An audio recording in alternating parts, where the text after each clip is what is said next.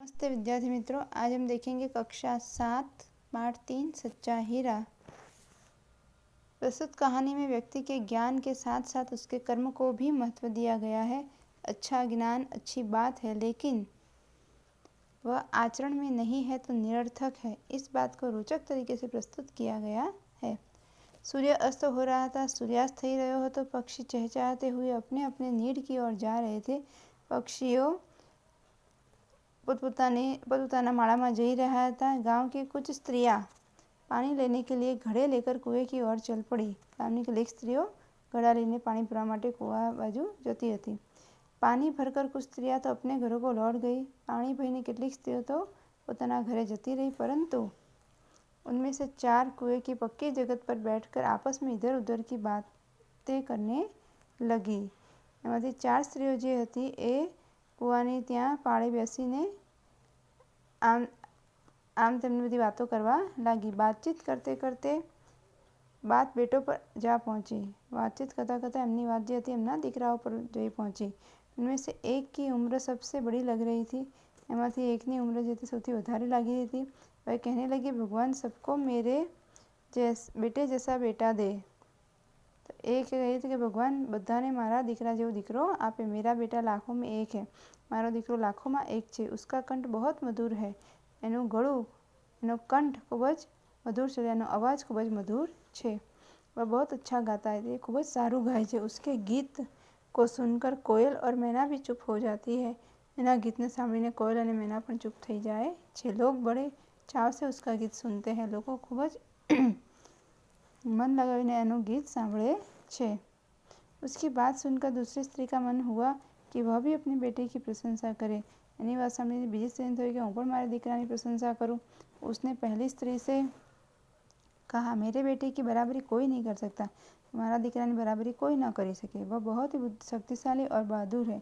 एक वह शक्तिशाली है और बहादुर है। वह बड़े बड़े बहादुरों को भी पछाड़ देता है। ये मोटा मोटा बहादुरों ने पण पछाड़ी दे छे। वह आधुनिक युग का भीम है। ये आधुनिक युगनो भीम छे।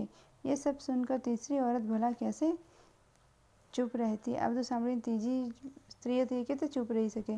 वह बोल उठी, ये बोली पड़ी, मेरा बेटा साक्षात बृहस्पति का अवतार है। मारो दीकरो साक्षात बृहस्पतिनो अवतार छे। वह जो कुछ पढ़ता है एकदम याद कर लेता है। ये जे कंई पण वांचे छे ते बधुं याद करी ले छे। ऐसा लगता है मानो उसके कंठ में सरस्वती का निवास हो। एवुं लागे छे कि जाणे एना कंठमां साक्षात सरस्वती निवास करती होय। तीनों औरतों की बातें सुनकर चौथी स्त्री चुपचाप बैठी रही। त्रणेय स्त्रियों की बात समझी चौथी स्त्री जो थी चुपचाप बैसी रही। उसने अपने बेटे के बारे में कुछ न कहा। एणे पोताना दीकरा माटे कंई पण न कह्युं। पहली स्त्री ने उसे टोकते हुए कहा। पहली स्त्री ने टोकता कह्युं कि क्यों बहन, तुम क्यों चुप हो? कि केम बहन तू केम चुप छे? तुम भी तो अपने बेटे के बारे में कुछ बताओ। तू पण तो तारा दीकरा माटे कंईक बताव। चौथी स्त्री ने बड़े ही सहज भाव से कहा। चौथी स्त्रीए खूब ज सहज भावथी कह्युं कि मैं अपने बेटे की क्या प्रशंसा करूँ? मैं मारा दीकरानी शुं प्रशंसा करूँ? वह न तो गंधर्व सा गायक है, न तो गंधर्व जेवो गायक छे, न भीम सा बलवान, न भीम जेवो बलवान, और न ही बृहस्पति सा बुद्धिमान, अने न बृहस्पति जेवो बुद्धिमान। कुछ समय बाद जब वे सब घड़े सिर पर रखकर लौटने लगी, थोड़ा समय पछी ते बधा पोताना घरे जवा लागी, तभी किसी गीत का मधुर स्वर सुनाई दिया। त्यारे ज कंईक गीतनो मधुर स्वर संभळायो। सुनकर पहली स्त्री बोली, सुनो मेरा हीरा गा रहा है। सांभळो मारो हीरो गाई रह्यो छे। तुम लोगों ने सुना उसका कंठ कितना मधुर है। तमे लोगोए सांभळ्यो एनो कंठ, एनो अवाज केटलो मधुर छे। वह लड़का गीत गाता हुआ उसी रास्ते से निकल गया। ए छोकरो गीत गातो गातो ए ज रस्ताथी निकली गयो। उसने अपनी माँ की ओर कोई ध्यान नहीं दिया। एणे पोतानी माँनी तरफ कोई ध्यान आप्युं नहीं। इतने में दूसरी स्त्री का बेटा उधर से आता दिखाई दिया। एटली वारमां तो बीजी स्त्रीनो दीकरो जे हतो ए बाजुथी आवतो देखायो। दूसरी स्त्री उसे देखकर गर्व से बोली। बीजी स्त्री एने जोईने गर्वथी बोली, देखो वह मेरा लाडला बेटा आ रहा है। ए मारो लाडलो दीकरो आवी रह्यो छे। शक्ति और सामर्थ्य में इसकी बराबरी कौन कर सकता है? शक्ति और सामर्थ्य में एनी बराबरी कौन करी सके छे? वह ये कह ही रही थी कि उसका बेटा भी उसकी ओर ध्यान दिए बिना ही निकल गया। कही जती कि त्यां एनो दीकरो पण एनी बाजु कई ध्यान पण आप्या वगर जतो। तो वे कुछ आगे बढ़ी तो एकाएक तीसरी स्त्री का बेटा उधर से संस्कृत के श्लोकों का पाठ करता हुआ निकला। લોકો કંઈક થોડાક આગળ ચાલે કે ત્રીજી સ્ત્રી હતી. એનો દીકરો જે હતો સંસ્કૃતના શ્લોકોનો પાઠ કરતો કરતો ત્યાંથી निकलो। उसके उच्चारण से ऐसा लग रहा था मानो उसके कंठ में साक्षात सरस्वती विराजमान।